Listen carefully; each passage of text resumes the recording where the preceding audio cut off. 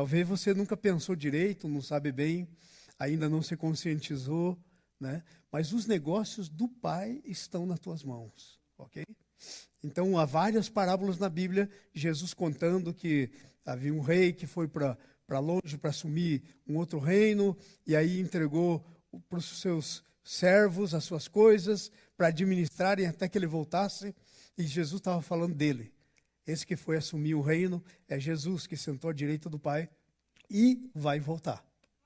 E ele disse que na volta, ele estava esperando responsabilidade dos negócios dele. Então, o Pai põe os seus negócios nas nossas mãos. Mas teve um que disse assim, mas eu não quero mexer com o negócio do Pai. O que ele fez? Pegou aquilo que era do seu senhor, foi lá e enterrou. No dia do acerto de contas, a Bíblia diz que ele foi chamado, e aí ele disse, Senhor, eu sabia que o Senhor assim, um homem severo, ceifa onde não semeou, junta onde não espalhou. Senhor, eu tive medo, eu escondi. Ele disse, olha, você sabia tudo isso. Devia ter pelo menos feito alguma coisa com o que era meu, e assim eu teria um retorno. Então isso quer dizer o seguinte, essa parábola não é uma parábola que foi escrita à toa, ela diz que Deus quer um retorno na sua vida. E eu queria contar uma coisa que aconteceu comigo, um testemunho pessoal. Eu sou o primeiro de uma longa lista na minha família de gerações que não conheciam a Jesus, ninguém, não tinha um cristão na minha família. Eu sou o primeiro dessa lista grande.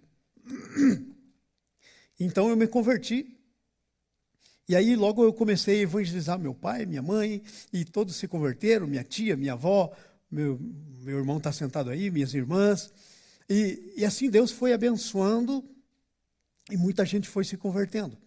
E eu estava então ainda nesse período assim,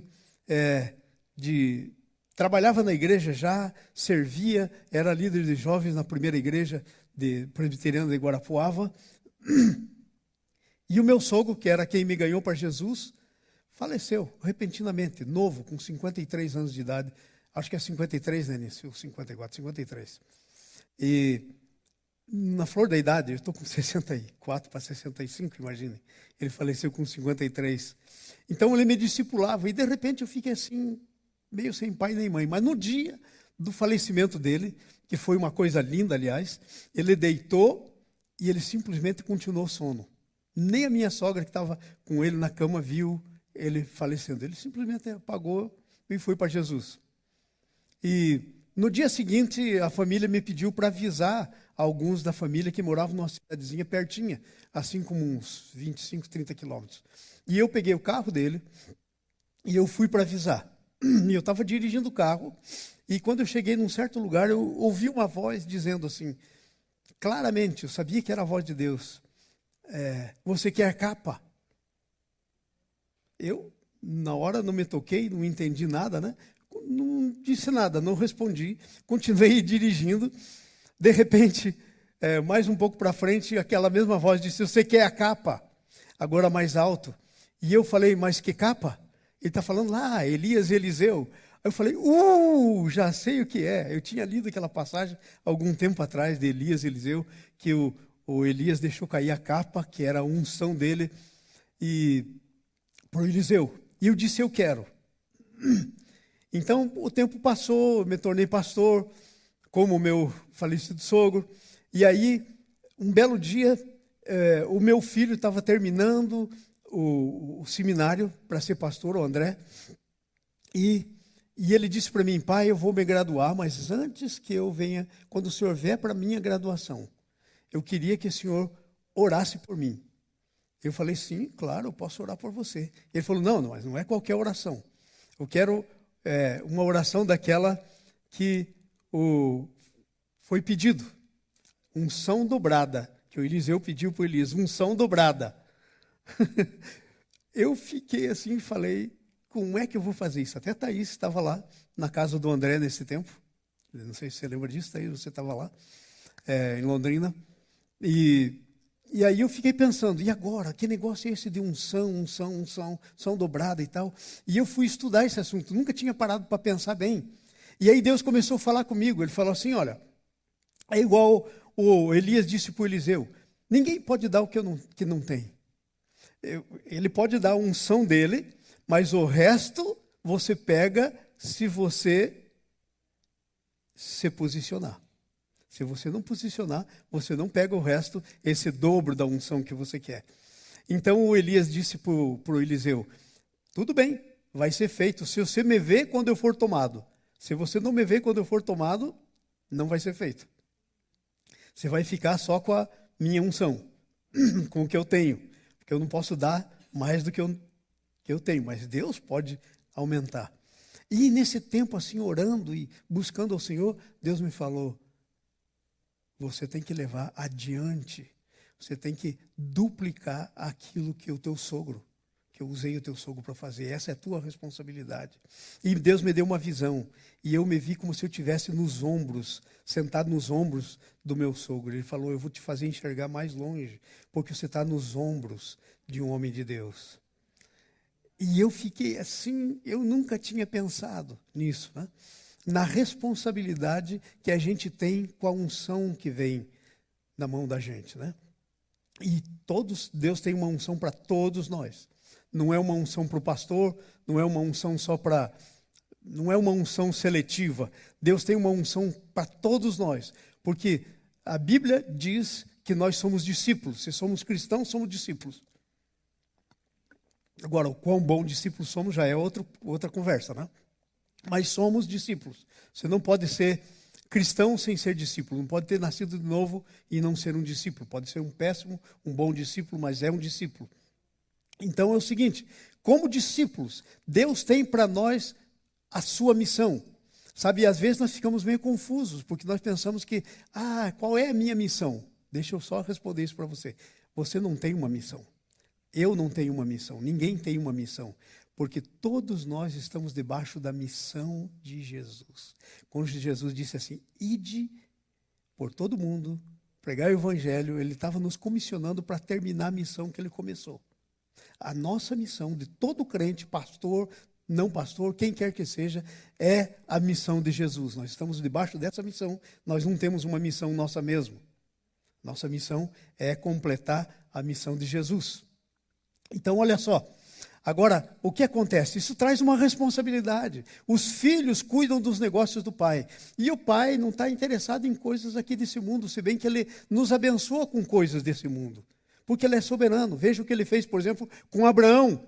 Enriqueceu tanto o Abraão que ele e o sobrinho dele não podiam ficar juntos. Era demais. Eles tiveram que se separar. Vê na história o que Deus fez. Então Deus não é contra a riqueza. Deus é contra o amor à riqueza, que é a raiz de todos os males, mas não contra a riqueza. Se você é rico e é rico para Deus, você é um abençoado, como foi o pai Abraão, nosso pai da fé. Amém?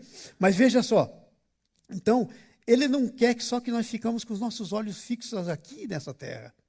Jesus disse isso, ajuntais tesouro para vós outros, não onde a traça corrói, a ferrugem corrói, o ladrão rouba, ajuntai para vós outros tesouros no céu. O que é que Jesus estava falando com isso?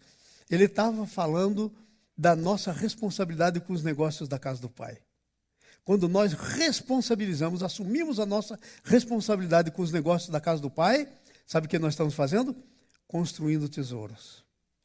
Estamos construindo tesouros, estamos fazendo aquilo que o Pai nos colocou para ser feito aqui na terra. Amém? Então esse é o nosso assunto de hoje, ok? Agora, algumas coisas são interessantes, porque muitas vezes nós cometemos o erro que os cristãos de Gálatas, lá da Galácia, cometeram.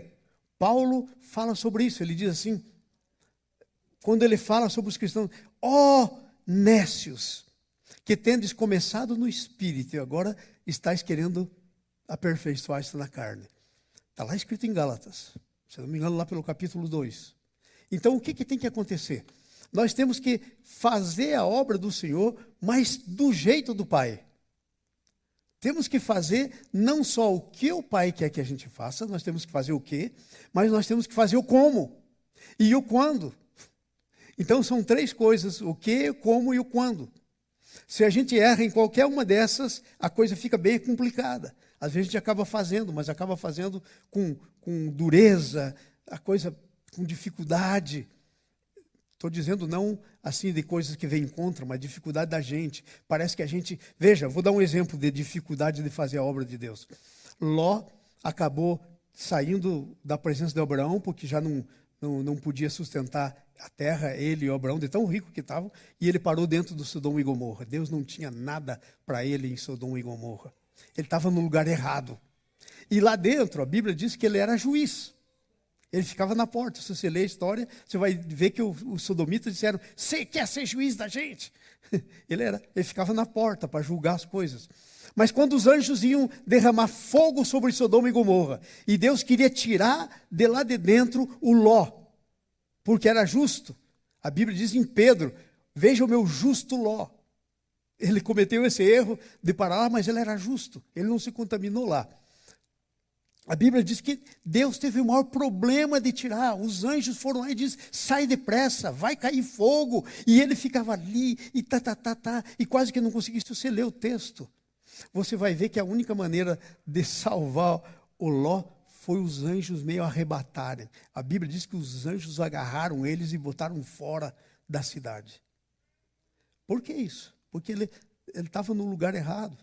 Então não tinha liberdade para fazer as coisas de Deus. Porque ele estava no lugar que Deus não tinha para ele. Deus tinha para ele, era aquela terra que tinha prometido para Abraão, do qual ele era sobrinho e saiu debaixo da unção dele. E tinha muita terra para ele andar. Não precisava ter acabado em Sodoma. Então, irmãos, a gente fica às vezes nessa dificuldade, porque não está fazendo o que diz o João 5,19. Coloca para mim, por favor, João 5,19. Mas Jesus lhes disse: na verdade vos digo, que o Filho por si só não pode fazer coisa alguma, se não vir fazer o Pai. Porque tudo o quanto ele faz, o Filho faz igualmente. João 5,19. Então nós temos que fazer as obras do Pai, nós temos que olhar para o Pai, o que o Pai está fazendo? O que é que o Pai está fazendo? E aí você pode ficar confuso: não, o Pai está... Não sei, como é que eu vou ver o que o Pai está fazendo? Aí isso é toda uma outra pregação, né? Porque aí precisa intimidade, precisa uma série de coisas para ver o que o Pai está fazendo. Mas esse é o padrão. O fato da gente às vezes não conseguir ver, não quer dizer que Deus vai baixar o padrão. Deus não baixa o padrão. Eu e você temos que subir para o padrão de Deus. Deus não vai baixar o padrão dele, por causa de mim e de você. Nós temos que subir no padrão dele. Essa é a coisa. Então, a maneira de fazermos isso é fazermos aquilo que o Pai está fazendo, aquilo que é do coração do Pai, como Jesus entendeu a coisa. E aí nós vamos para o nosso primeiro tópico dessa manhã. Os negócios do Pai requerem confiar verdadeiramente no Pai. Se nós não conseguimos confiar verdadeiramente no Pai, irmãos, nós não conseguimos fazer os negócios do Pai. Sabe por quê? Porque sem confiança não há bom relacionamento. Sem bom relacionamento, você não sabe o que o coração do Pai pensa. Sem bom relacionamento, cada um fica do seu lado. Está aqui o irmãozinho e eu aqui, não temos um bom relacionamento, ele é lá e eu para cá. Não há intimidade. Bom relacionamento resulta em intimidade. Então, nós não podemos confiar em alguém que nós não temos um bom relacionamento, que não temos intimidade, que não conhecemos. É difícil. Seria bobagem confiar em alguém que você não conhece. Seria muita bobagem. Ok? Então, nós podemos chegar a conhecer o Pai, nós podemos ter intimidade, e aí podemos chegar a confiar muito no Pai. E sabe por que nós temos dificuldade de cuidar dos negócios do Pai aqui na terra, e ficamos só quase cuidando do nosso, e querendo que o Pai trabalhe para a gente? Na verdade, o Pai trabalha para nós. Está escrito na Bíblia. Nem olhos viram, jamais penetrou no coração do homem, um Deus que trabalha para aqueles que nele... Agora a palavra-chave é essa: confiam. Um Deus que trabalha para aquele que nele confia. Sem confiança, não há esse relacionamento. Porque você não confia no Pai. Ele não pode fazer o que quer fazer por você, porque você não confia. E você não vai fazer para Ele o que Ele quer que você faça, porque você também não confia. Então nós temos que confiar. Eu digo para vocês, querem saber a verdade? Esse é o meu maior problema. É o problema da confiança. Confiança em Deus. A verdadeira confiança em Deus, ela se manifesta quando nós somos capazes de depender em toda circunstância. Sabe, eu tenho crescido nesse negócio da dependência. Eu conheço profundamente o meu Deus, não tanto quanto devo conhecer, porque ainda não consegui confiar assim, sabe, daquela maneira que Jesus confiou, que é o nosso padrão. Você pode dizer, pastor, mas eu tenho Jesus e o padrão da confiança que eu tenho que ter no Pai é Jesus, é o seu padrão. Não vou baixar o padrão. Então, os negócios do Pai requer que a gente confie no Pai. Mateus capítulo 6, versículo 24 a 32. Pode colocar aí para nós? Primeiro, nós não podemos servir a dois senhores. Nós estamos aqui, somos filhos do reino, estamos no negócio do reino, mas sabe às vezes o que estamos fazendo? Temos os negócios do reino, mais os outros negocinhos à parte. Veja lá, ninguém pode servir a dois senhores, porque ou há de odiar a um e amar o outro, ou há de dedicar-se a um e desprezar-se ao outro. Não podeis servir a Deus e as riquezas. Não é não podeis ter riquezas, é não podeis servir as riquezas. Porque de quem você servir, esse que você serviu se torna o teu Deus. E aí a Bíblia diz que tem até um demônio que é o Mamon, que as pessoas que servem a riqueza estão servindo a ele. Um outro senhor, o Mamon. Então, amados, veja aí, diz aí claramente, não pode servir dois senhores. Se nós fôssemos fazer a pergunta hoje na nossa vida, como é que está a nossa vida? Eu não posso julgar você, não vou fazer isso. Não sou bobo nem nada, né? A Bíblia diz que com a medida que eu julgar, eu vou ser julgado. Mas a Bíblia diz que se nós nos julgássemos a nós mesmos, não seríamos julgados pelos outros. Então, fazendo essa pergunta, como é que você está nesse item? Nesse item do confiar a Deus. Está servindo a dois senhores? Hã? Aqui, nós assim, quase que inconscientemente, aqui nesse país, nós somos levados a isso. Sabe por quê? Por causa do jeito de funcionar esse país. Porque aqui nesse país, o mais importante é que você ganhe, ganhe, ganhe. Então, você tem um emprego com um emprego com outro, um emprego com outro. E às vezes, você tem um emprego principal, mas você, quando falta um dia de trabalho, você liga para alguém, tem aí trabalho para mim? Então, você não desenvolve uma coisa chamada fidelidade para com o seu Senhor. O pessoal aqui que tem empregados, que tem companhia, sabe do que eu estou falando. Não há. Sabe, aqui, o empregado, ele pode dar conta para o patrão quando ele quiser, e o patrão para o empregado quando ele quiser. Não tem as mesmas leis, por exemplo, que tem no Brasil, que daí foi por outro lado da coisa. Mas não tem esse compromisso. Então, por um lado, isso tira do coração da gente uma coisa chamada fidelidade. Não há fidelidade. E aí, então, a pessoa que está servindo dois senhores, esse texto quer dizer exatamente isso. Não é fiel. Não é fiel a nenhum deles.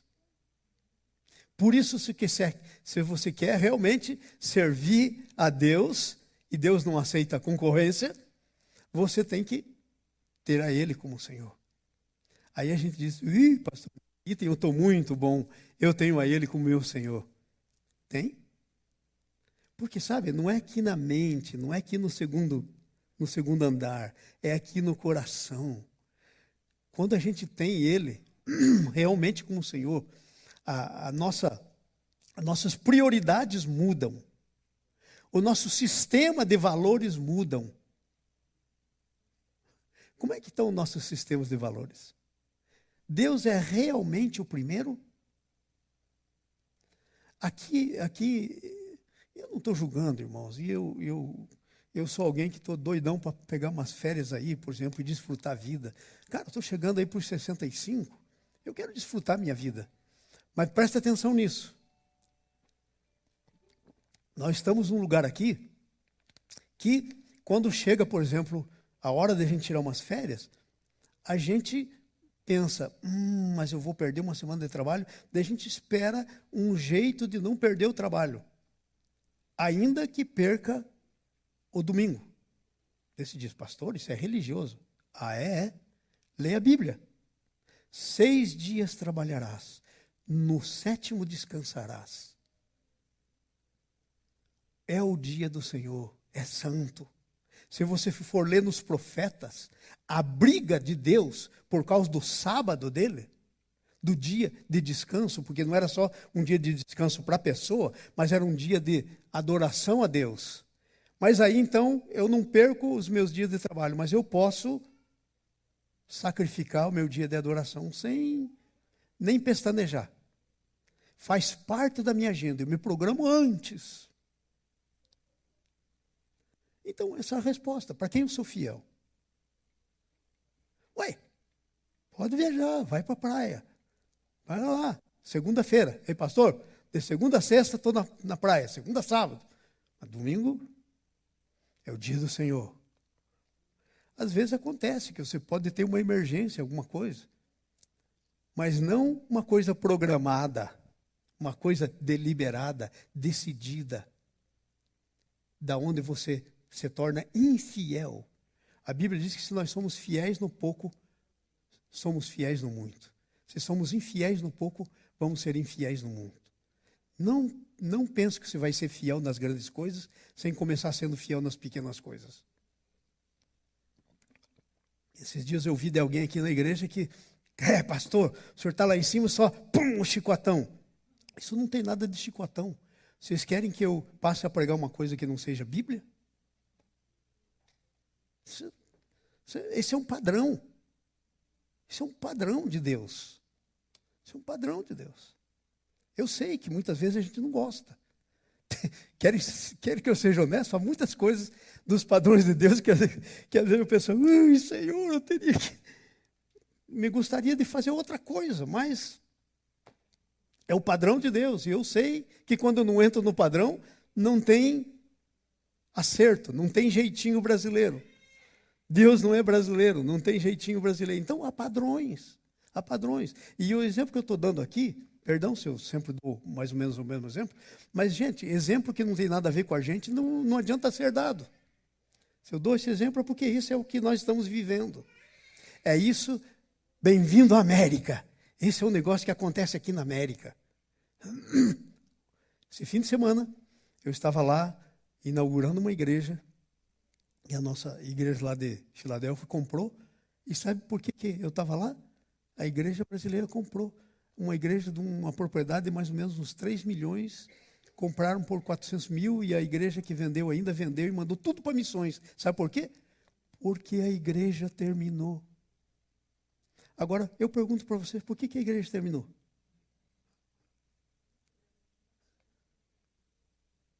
Por que a igreja terminou?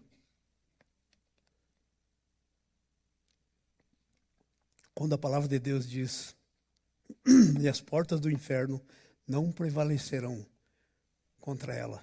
Sobre esta pedra edificarei minhas igrejas, e a porta do inferno não prevalecerão contra elas. Eu disse, olha, para mim, eu estava lá na Filadélfia pregando, eu disse, vai ser um dia de alegria para mim, mas é um dia de tristeza. Porque quem em sã consciência, cristão, filho de Deus, fica alegre com uma igreja que fechou a porta. Não tem mais crente. O pastor foi fazer outra coisa na vida. Quem vai ficar em sã consciência? A pergunta é por quê? Eu digo, sabe por quê? Porque a igreja foi se amoldando tanto à cultura que nós vivemos, que aí já não é mais capaz de pensar na cultura do reino. Quando pensa na cultura do reino, parece que é muito legalismo, parece que é exigência demais, é pedir demais. Esquece do sacrifício que foi feito por nós, o tamanho do sacrifício. Esquece o quanto Deus pediu do filho dele para poder ter você, eu.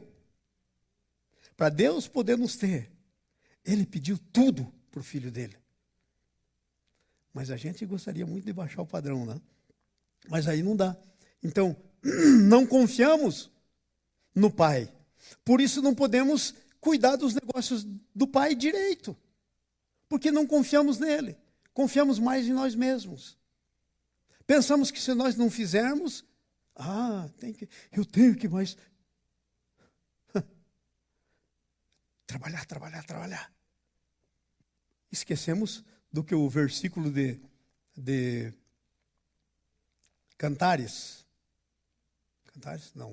Eclesiastes. Esquecemos o que o versículo de Eclesiastes, capítulo 2, versículo 20, tanto por lá, nos diz. Escuta isso. Veja que coisa tremenda.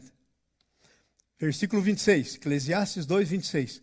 Porque Deus dá sabedoria, diga, Deus dá sabedoria. Deus dá conhecimento e Deus dá prazer ao homem que lhe agrada. Agora, cuidado, não diga isso. Mas ao pecador dá trabalho. Mas ao pecador dá trabalho para que ele amontoe, a fim de Deus pegar, tirar da mão dele e dar para quem agrada a Deus. Também isso é vaidade e correr atrás do vento. Jesus da glória. Jesus da glória. Se você está em sã consciência, você entendeu o versículo. Entendeu? Deus quer que você tenha alegria, desfrute. E às vezes nós não entendemos os padrões, então nós nos amoldamos, nós nos aculturamos, porque o reino de Deus tem uma cultura, e o reino do mundo tem outra cultura, e elas são opostas entre si. Então, se não confiamos no Pai, estamos servindo a dois senhores, ok? Versículo 25 do capítulo 6, vamos voltar lá. Não podemos andar ansiosos por nossa vida. Amados, se andamos ansiosos por nossa vida, sabe por que andamos ansiosos? Falta de confiar em Deus. Olha o que diz o texto. Por isso vos digo, não estejais ansiosos quanto à vossa vida, pelo que haveis de comer ou pelo que haveis de beber, nem pelo vosso corpo, pelo que haveis de vestir. Não é a vida mais do que alimento e o corpo mais do que vestuário? Ele diz, não andeis ansiosos. Mas às vezes nós somos uma ansiedade total. Ansioso. Eu tenho um conhecido meu, bem sucedido, no trabalho dele, não vou dizer qual que é o trabalho, bem sucedido no trabalho dele, mas vive com remédio para depressão, para ansiedade, para coisa. E aí, uma vida louca, assim, uma correria, viagens, de correria, um negócio sem fim. Daqui a pouco dá um infarto. Olha, ontem, uma das garotas aqui da Igreja Hispana, que está vindo pela primeira vez, recém chegou aqui, estava na reunião de oração, estava na vigília de sexta-feira à noite, da Igreja Hispana aqui. Aí, sábado, foi jantar com as amigas, deu uma parada cardíaca, foi para o hospital, morreu, não chegou viva no hospital. 25 anos. Acabou de chegar, tinha chegado naquela semana. Não sei o que foi que atacou o coração dela, mas talvez a ansiedade. Talvez todo o processo que passou. Eu quero dizer, amados, isso mata. E a ansiedade é um negócio de que você não conhece o Pai. É falta de confiar no Pai, de entregar na mão dele. Aí, um ansioso, como é que vai cuidar dos negócios do Pai? Ansioso nenhum vai cuidar dos negócios do Pai. Não tem como. Não existe maneira. Ok? Terceira coisa, versículo 25, a segunda parte do versículo, a 29, precisamos conhecer o caráter do Pai. Sabe por que a gente não confia no Pai muitas vezes? Porque às vezes nós relacionamos o nosso Pai do céu com o nosso Pai da terra, que foi péssimo, mau. Muitas vezes. Então o que acontece? É que nós precisamos conhecer o caráter do Pai. Nós não conseguimos confiar no Pai para nos tornarmos administrador das suas coisas, do seu reino, e aí não administramos porque não confiamos nele, porque não conhecemos o seu caráter. Que ele não mente, ele não muda, ele não tem sombra de mudança, nem variação. Amados, coloca o versículo para nós, por favor. Vamos ler esse versículo, 25, da segunda parte em diante, até o 29. Veja o que a Bíblia diz sobre o caráter, da segunda parte em diante. Não é a vida mais do que alimento, não é o corpo mais do que as vestes. Está fazendo uma pergunta. É uma pergunta de você ter escala de prioridades, o que é mais importante. Ok? As vestes, a comida, não, o mais importante é a vida e o corpo. Vai para frente. Próximo versículo. Olhai e veja o caráter do Pai. Olhai as aves do céu. Deus está dizendo olhai. Olhai é um imperativo. Olhe, veja. Olhai as aves do céu. Elas não semeiam, não ceifam, não ajuntam em celeiros. Agora veja o caráter do Pai. E o vosso Pai. Por que você acha que o texto diz e o vosso Pai? Porque está querendo relacionar o que o Pai faz com as aves com o que o Pai quer fazer com você. Esse é o relacionamento. Mas o vosso Pai, e o vosso Pai celeste, as alimentas. Agora vem a pergunta, vocês não valem muitas mais do que elas? Se Deus faz com isso, olha o caráter dele. É revelado nas coisas pequenas. Vai para frente, próximo versículo. Ou qual de vocês, que por mais ansioso que esteja, pode acrescentar um côvado à sua estatura? Fique ansioso e vê se você cresce. Vai crescer nunca. Ok? Então, a ansiedade não te leva a nada. Ela não tem poder para nada. Mas ela pode possuir a nossa vida. E quando ela possuir nossa vida, nós não vamos nos tornar administradores das coisas do Pai. Não vamos ser fiéis. Nós vamos estar com um pé num barco e outro no outro, tentando servir a dois senhores. Vai para frente. E pelo que haveis de vestir. Por que andais ansiosos? Olhai para os lírios do campo. Como crescem, não trabalham, nem fiam. Agora veja. Contudo, digo que nem Salomão, em toda a glória, meu Jesus, as roupas do Salomão eram fiadas de ouro. Era um negócio fantástico. Do melhor que existia. Nem Salomão, na sua glória, se vestiu com um dos lírios. Agora veja a conclusão. É uma comparação para a gente saber que temos que confiar. Pois se Deus veste a erva do campo, que hoje existe, amanhã é lançado no forno, seca e vai embora, quanto mais vós outros, e agora vem o porquê. Homens de pequena fé. Da onde vem a ansiedade? Da falta de fé.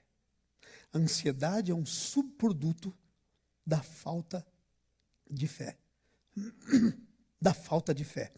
Então, se você tem falta de fé, como é que você vai poder ser um bom administrador, vai cuidar dos negócios do Pai? Vai cuidar primeiro dos teus. E pobre do pastor, se argumentar com você, você tem 10 coisas para dizer para ele.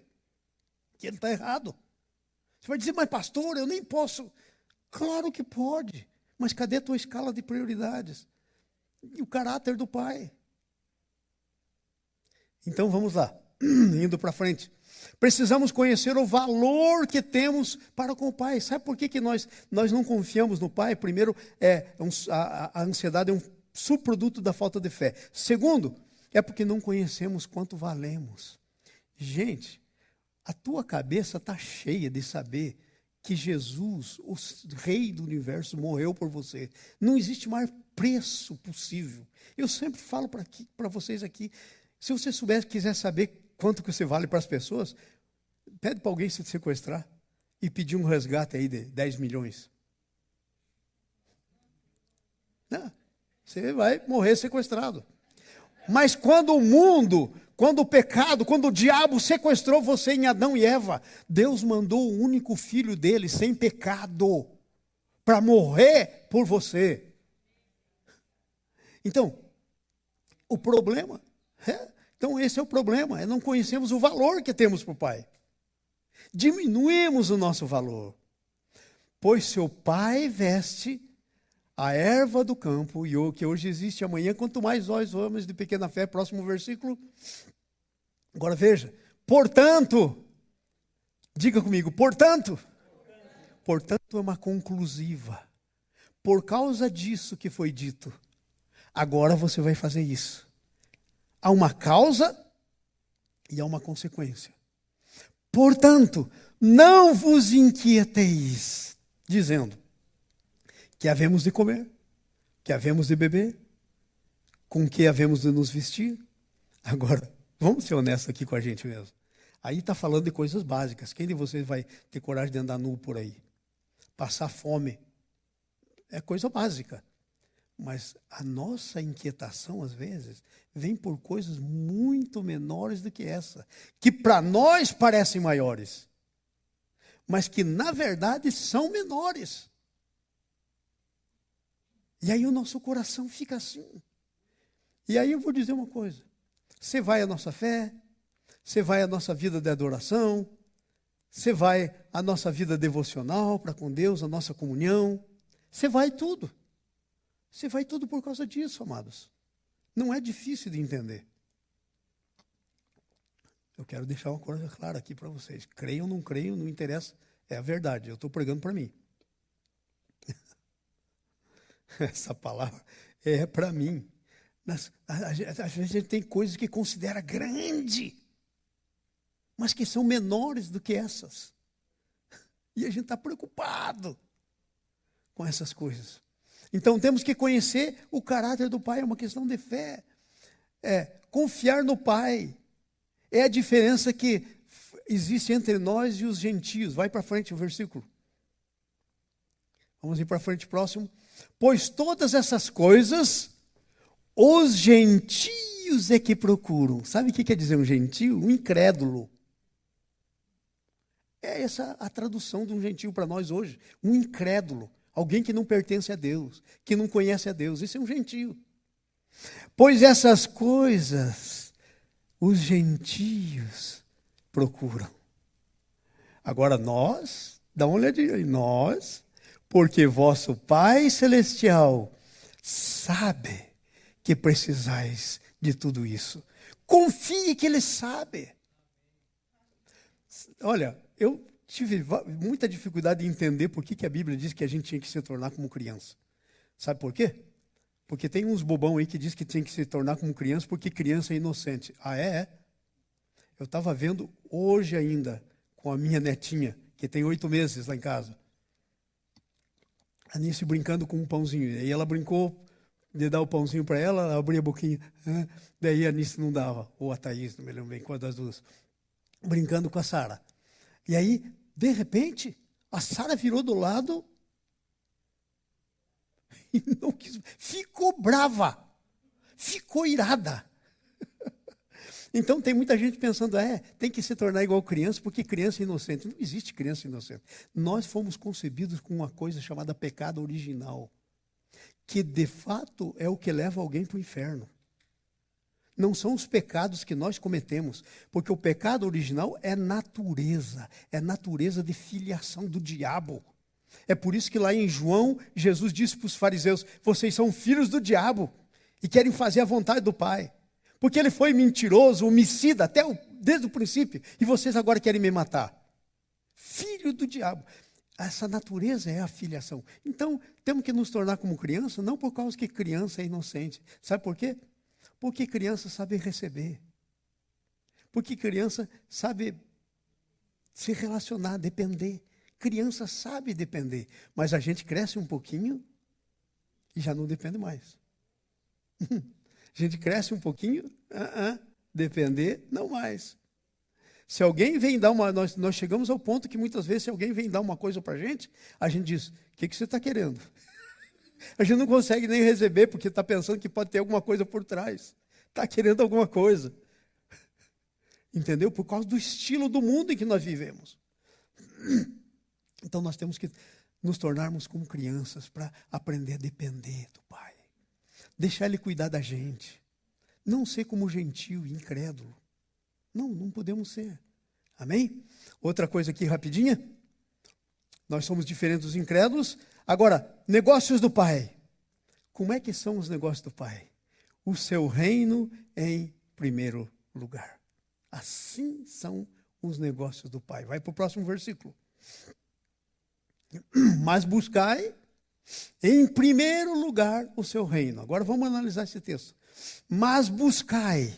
O que quer dizer isso? Primeiro, buscai é um imperativo, é uma forma. Os verbos têm formas.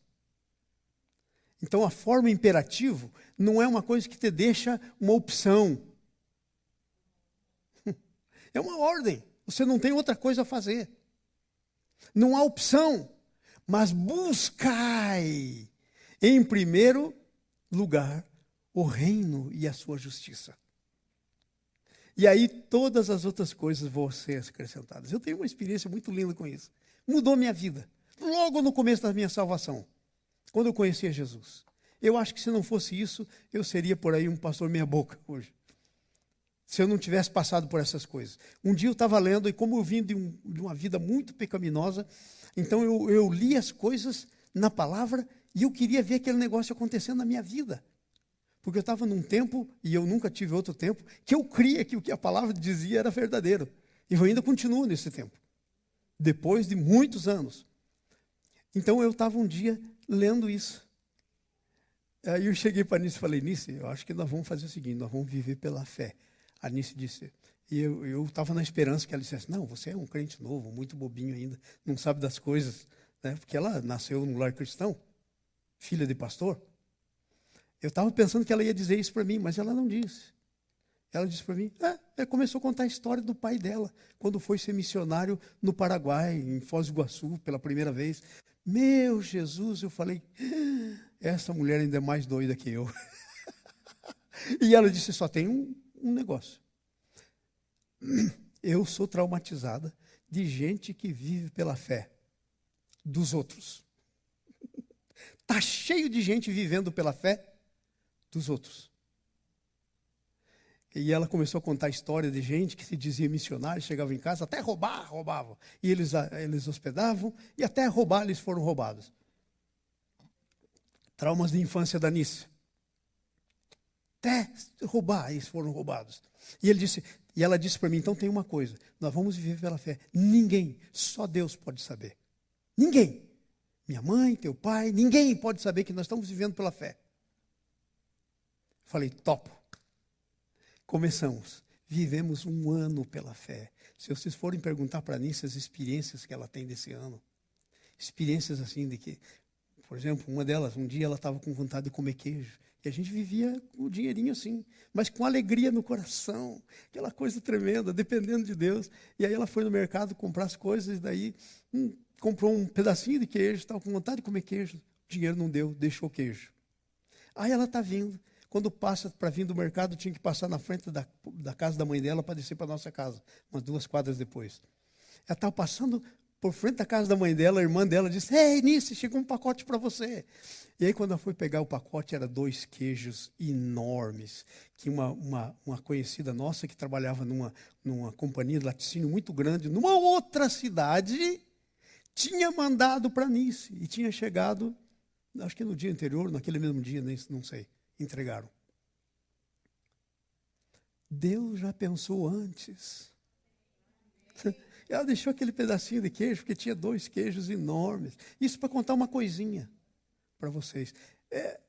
Busque em primeiro lugar o reino e a sua justiça, e todas as outras coisas vos serão acrescentadas. A coisa que Deus quer te dar como acréscimo. A coisa que Deus quer te dar, sabe como? Buscando.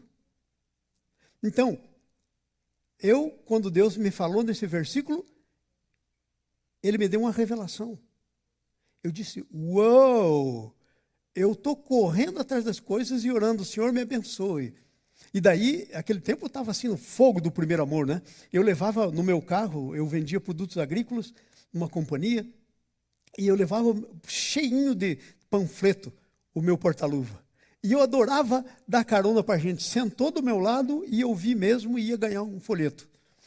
E eu, às vezes, chegava nas fazendas, às vezes eram 10 horas, eu ficava esperando antes da fazenda, até chegar pelo meio-dia, para chegar na hora do almoço. Sabe por quê? Porque eu ia pedir licença para fazer oração e dizer alguma coisinha para a família. Era assim o meu coração. E aí, então, quando Deus me falou, eu disse, você está querendo que Deus abençoe o que Ele quer te dar. Você está querendo que Deus abençoe o que você quer que Ele quer que você busque. E você está pedindo o contrário, você está assim. Então, eu falei, Senhor, eu estou contrário. Eu tinha que buscar e o Senhor acrescenta. Eu estou correndo atrás do acréscimo e deixando de buscar o que eu tenho que buscar. Eu tenho que fazer assim. Eu tenho que mudar. E daquele dia em diante, eu fiz uma oração lá no meu escritório. Eu tinha uma companhia de produtos agrícolas. Eu fiz uma oração dizendo: Senhor, de hoje em diante, nada mais de sair de 6 horas da manhã. Não é que eu fiquei preguiçoso, nem nada. Mas eu vou ter o meu devocional aqui no escritório, vou fazer. E o Senhor vai acrescentar. Se eu contar essa história, já contei aqui algumas poucas para vocês. Do que Deus fez. Quando a gente nos posiciona, é mais ou menos que aqui está toda a coisa de Deus caindo, e eu entro então debaixo. Isso é posicionamento. Quando nós nos posicionamos, Deus tem caráter, Ele não vai mentir. Nós temos que crer no caráter dele. Busque. Buscar é tentar adquirir ou ganhar, é ter como alvo. Se eu perguntasse para vocês aqui qual que é o alvo, e a gente não estivesse falando disso aqui, e eu chegasse para vocês: ei, qual é o alvo da sua vida? Quem ia dizer: o meu alvo é o reino dos céus, é buscar as coisas de Deus, tudo que Deus tem para mim, esse é o meu alvo, porque o resto tudo Ele vai acrescentar. Quem diria isso? Muito pouca gente. Muito pouca gente. Então nós temos que avaliar nós mesmos, como está a nossa consciência de reino. Como é que está a nossa consciência de reino, gente? Como está? E aí a gente vai poder se encarregar dos negócios do Pai. Aí vai fluir os negócios do Pai na nossa mão. Aí vai ser uma coisa tremenda. Temos que ser consumidos pelo zelo. Veja João 2,17.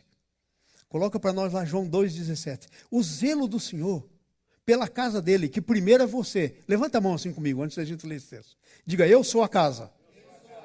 Você é a casa. Então o zelo da casa. Mas também a casa de Deus é a igreja, o corpo. Mas começa com você, começa comigo. Então veja lá. Jesus faz um chicote, chega no templo, tá aquele negócio de venda e aquilo era para ser uma coisa boa, porque vinha gente de outras nações. E aí tinha que ter ovelha para comprar, para oferecer o sacrifício. Então os caras estavam vendendo lá. Mas aquilo virou um negócio. Aí Jesus chega no templo, faz um chicote, sai descendo o chicote em todo mundo, vira a mesa dos cambistas, que eram os caras que trocavam as moedas de outros países que chegavam. Já pensou a bagunça? É pomba voando, é ovelha sendo solta, saindo correndo, é chicote cantando. Quando ele faz isso, os discípulos lembram de um versículo. Veja o que eles lembram. Lembraram-se então os seus discípulos, que está escrito: o zelo da tua casa me consumirá ou me devorará. Fala para mim, como é que está o zelo da casa de Deus na tua vida? Ela te devora? Ela te devora? Você está consumido pelo zelo da casa de Deus? Agora, eu vou dizer uma coisa para você. Se você se deixar consumir pelo zelo da casa de Deus, quem não tiver, você torna o teu juiz. Vai dizer que você é impertinente, importuno, religioso, vai te acusar de tudo. Radical, tipo radical. É isso que vão te chamar. Foi isso que fizeram com Jesus. Chamaram Jesus de radical. Vamos para frente? Então, o zelo da casa. O preço pago tem que vir pela alegria do reino. Gente, às vezes me dá um desespero como pastor. Sabe por quê? Porque eu chego ali no Marco Túlio e chacoalho o Marco Túlio. E digo: Marco Túlio, vamos fazer. Marco Túlio, vamos orar. Marco Túlio, vamos. E isso é um perigo, porque isso tem duas maneiras. Ou você pode pegar isso pela carne, ou pode pegar pelo Espírito. E o Marco Túlio pode dizer para mim: estou pegando o Marco Túlio de exemplo, eu nunca chacoalhei ele. Mas eu vou chacoalhar, já foi uma boa lembrança. Eu vou chacoalhar.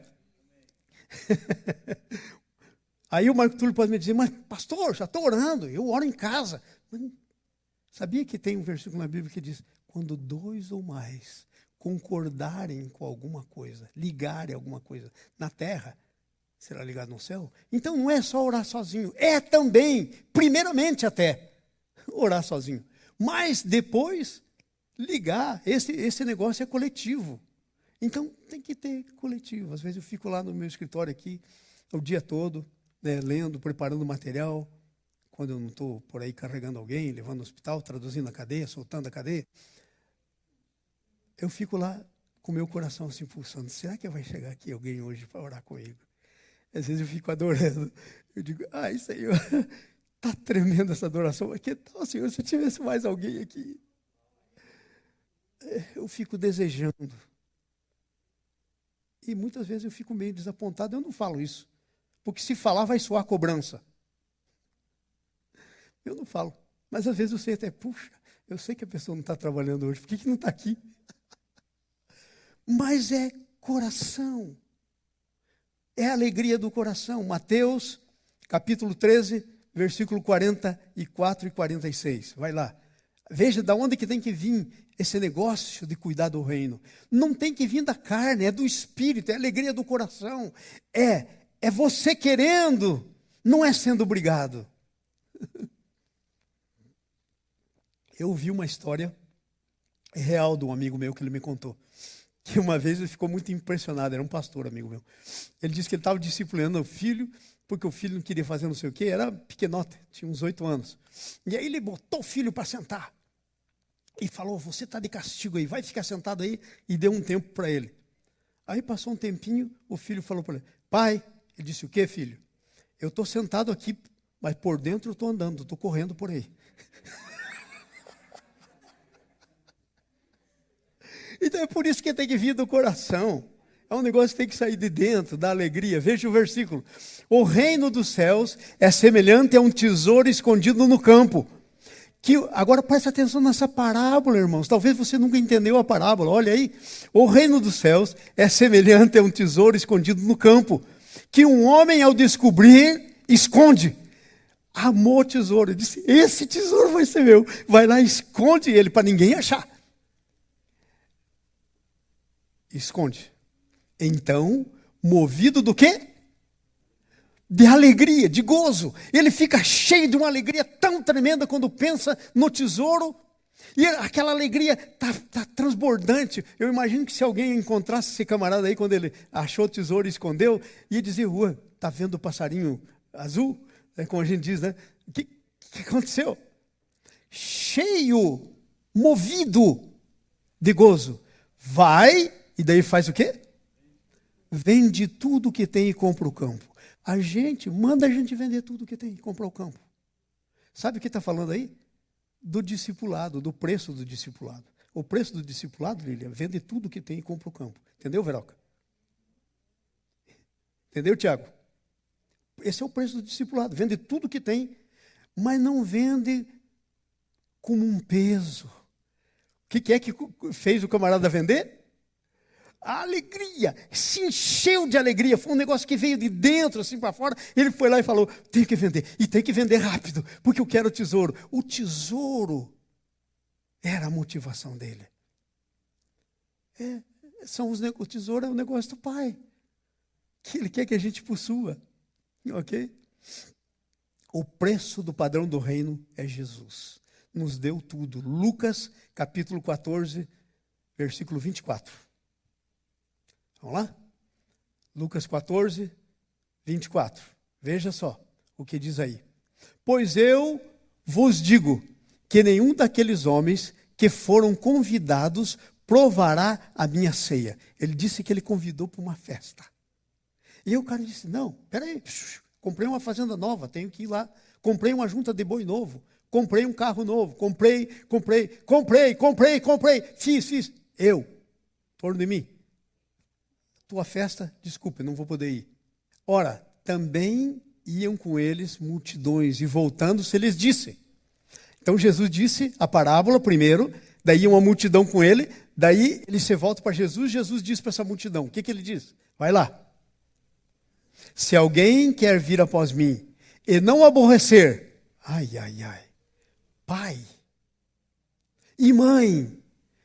Mas espera aí, que contradição é essa, pastor, explica para mim que contradição doida é essa. Não diz a Bíblia que eu tenho que honrar pai e mãe, porque é o primeiro mandamento com promessa, para que vá bem sobre a terra? Mas sabe qual que é o problema? Você tem que honrar o pai e mãe quando o seu pai e sua mãe estiverem honrando a Deus. Porque se eles não tiverem, você tem que amar Deus sobre todas as coisas. E ao próximo com si mesmo. Sobre todas as coisas quer dizer o seu pai, a sua mamãezinha, a sua mulher, os seus filhos, irmãs e irmãos, e ainda, para continuar um pouquinho mais para frente, a sua própria vida. Não pode ser meu discípulo. Não pode ser. Gente, às vezes eu fico pensando, ai caramba, hein? Se Deus não ficasse bravo e se isso fosse possível, eu gostaria de arrancar essa página. Porque aí é claro, se não fizer isso, não pode ser. Não é talvez não pode ser. Isso é uma afirmação. Não pode ser. Mas aí a gente dobra os padrões. A gente se conforma. A gente faz um monte de coisa. Então, é isso aí. O padrão é o preço do reino, é o preço que Jesus pagou. Agora veja, Jesus não fez nada disso, não disse nada do que ele não tenha feito. Nada do que ele não tenha feito. Certo dia ele estava falando para o pessoal e vem a mãezinha dele e disse, ei, filho, não estão te aceitando mesmo aí? Vou te dar uma ideia. Aí dizem, ei, tua mãe e teus irmãos estão aí atrás te chamando. Ele disse, quem é meu pai? Quem é minha irmã? Quem são meus irmãos?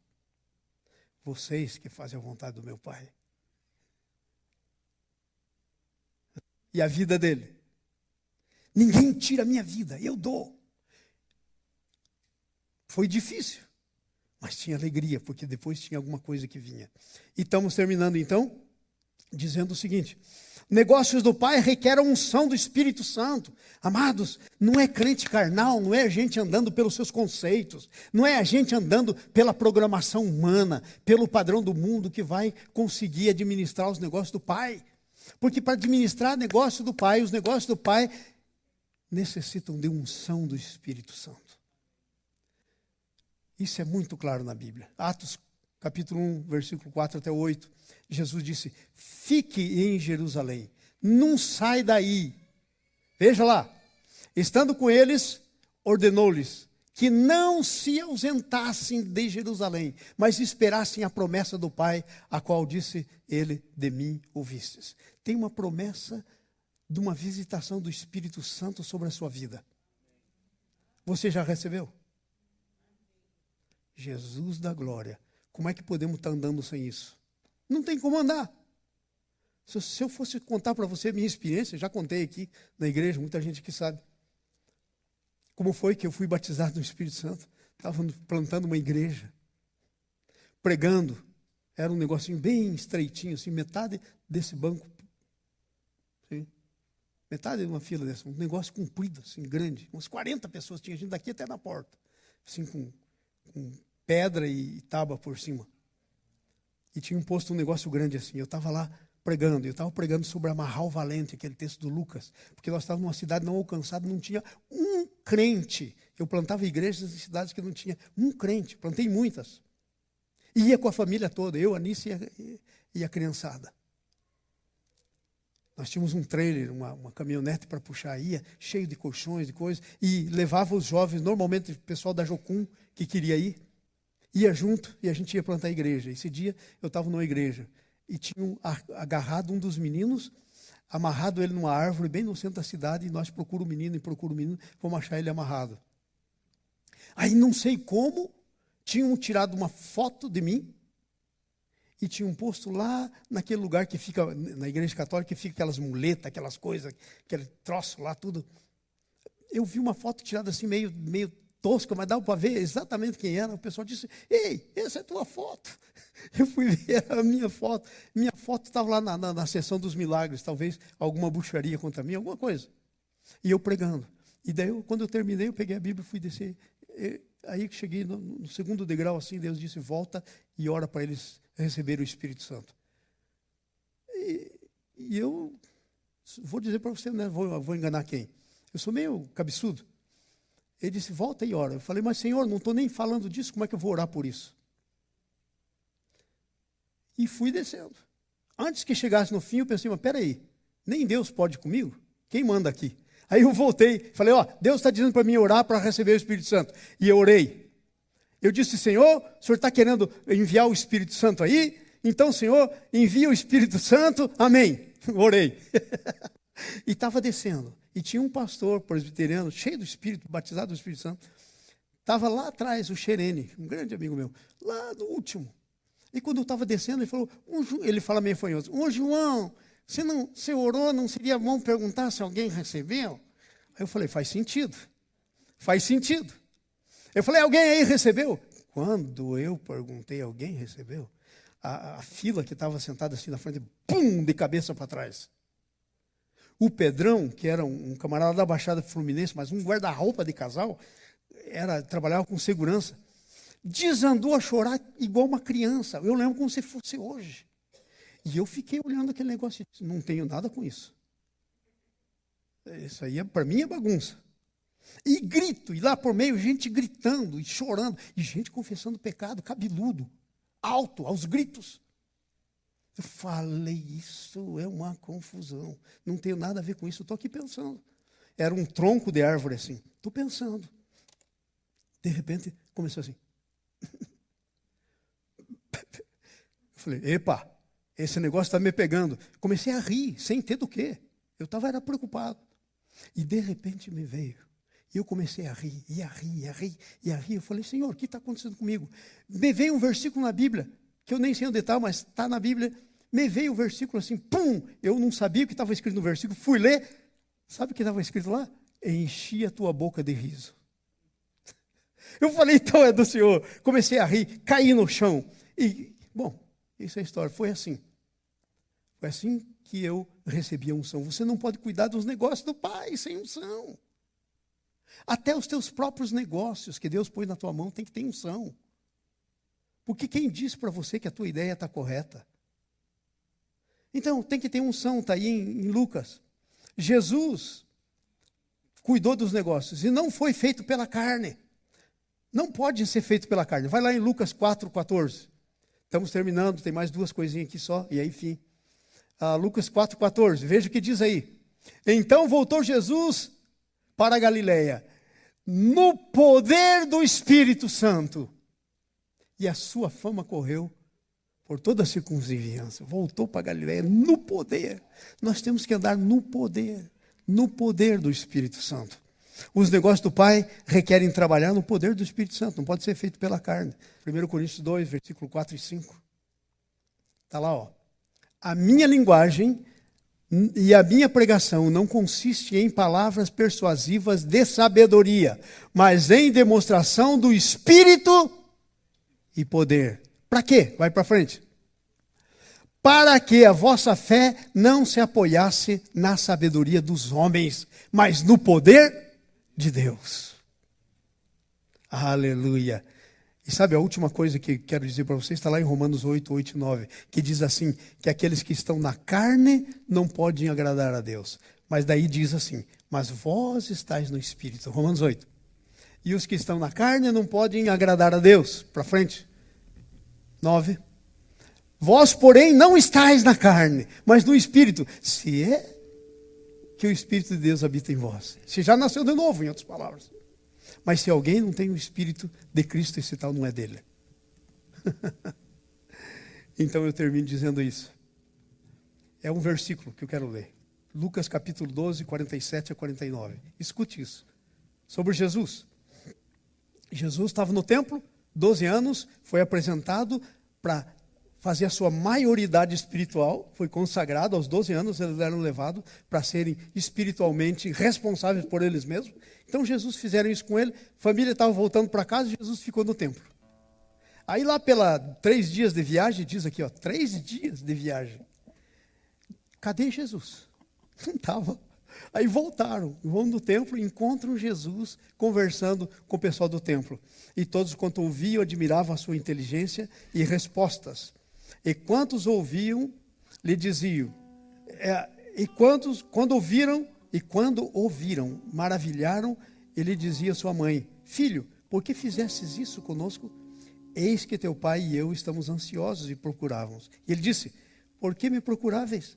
Não sabias vós que me convém tratar dos negócios da casa do meu pai. Essa tradução aí não diz os negócios, mas aqui eu tenho que dizer os negócios da casa do meu pai. Aí deveria estar na casa, deveria tratar dos negócios da casa do meu pai. Esse era o negócio de Jesus, esse é o seu. Enquanto a gente trata dos negócios dele, ele cuida do nosso negócio. Jamais se ouviu, nem penetrou no coração humano, um Deus que trabalha para aqueles que nele confiam. Amém?